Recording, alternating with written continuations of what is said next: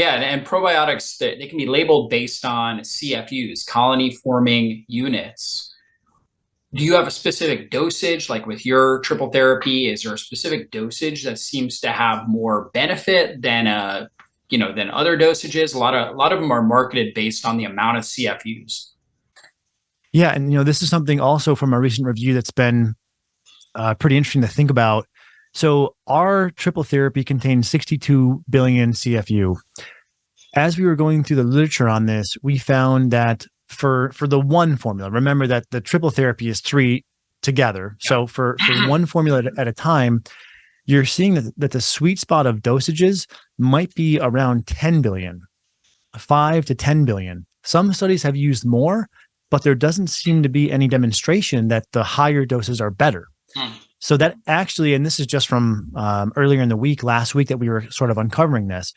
So it has me rethinking what the best dose is. But there's a little bit of background story I want to tell you on this also. Because myself and our two research analysts, when we looked at this and we said, oh boy, looking at IBS, it looks like 5 to 10 billion is probably sufficient, probably the best, and we don't need to go higher. But we said, well, we should also look at things like IBD, depression and anxiety, atopic or immune disorders, and look at what is the ideal dose for those conditions also. Because what we're trying to get to is what is the best sort of all-purpose dose, coming Yeah. back to simplicity. So if there was a big variance, let's say for depression, you need 100 billion, and then for IBS, you need 10. Well, okay, maybe we'd want to make that delineation. But coming back to this concept that tends to be true, that 10 billion-ish, 5 to 10 billion, seems to be the case across multiple different domains of health. So that has me rethinking, maybe we're going to reformulate our probiotic. I need to think on this more and consider, is there anything else that we're missing? But as long as sort of the triple check of the logic and the research holds, we'll probably move the dose down a little bit from that 62 closer to something like 10. Yeah, and I'm curious, based on the species of probiotic too, if that impacts it. Like I know that when you go out and you try to find, for example, a spore forming probiotic, they're typically much lower dosages, 1 to maybe 5 billion CFU. And then same with Saccharomyces boulardii, that beneficial yeast. Typically, you're going to find it 5, maybe 10 billion at most. And then Yep. when it comes to the food base, that category one, Lactobacillus, Bifidobacterium, a lot of times you can find them 100 billion, 200 billion, 50 billion. They Right. seem to be a lot higher. I'm sure that there's a cost, association with that, but there may also be, and I was curious to know your thoughts. Is there a clinical correlation with that as well, that you need higher doses when it comes to the food based versus lower Yeah. doses of the others? Yeah. I mean, great question. And that's exactly what we've been contemplating, to your first point. Yay, this could make it less expensive.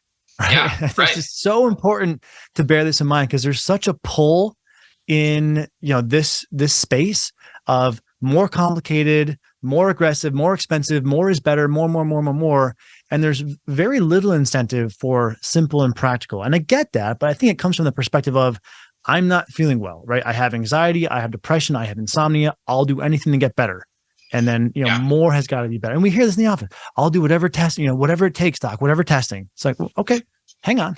It doesn't mean that more testing is going to be better. And I think a clinician is your responsibility to kind of pull someone back supportively and help direct them. But yes, you do see the higher doses in the lactobif blends. And in our formula, that's where the majority comes from. I believe it's 50 billion of that 62 comes from the lactobif blend. And I believe it's around 3 billion for the Saccharomyces and for the soil-based respectively each.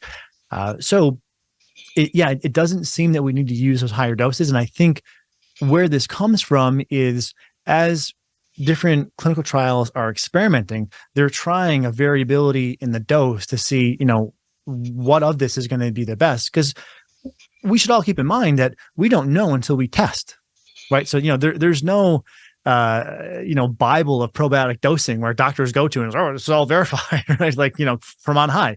So until we say, well, let's try 5 billion and let's do a trial with 20 billion, let's do a trial with 100 billion, we don't really know. So in this case, it does seem that even for the food base or the lactobacillus or the lactic acid forming, that a lower dose of about 10, 5 to 10 will work. So probably our plan will be to bring the lactobif down to maybe 5, and then have 3 of the sac and 3 of the soil based, and that'll get us to that'll get us to about 10 or 11.